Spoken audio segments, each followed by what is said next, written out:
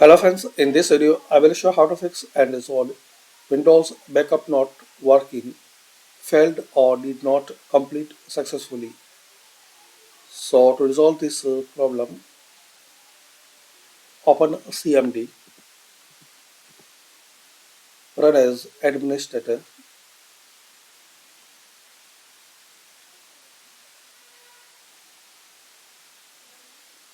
type this command line sfc space slash scan now, press enter and complete this scanning.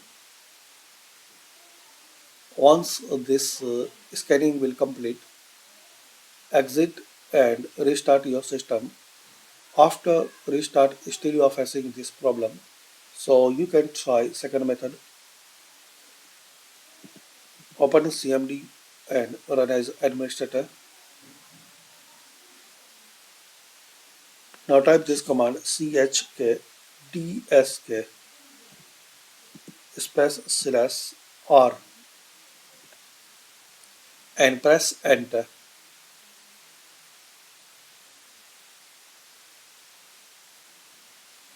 Now here click on Y and press enter. So this is the two method guys. You can try to resolve this problem. Thanks for watching. Comment this video useful for you or not.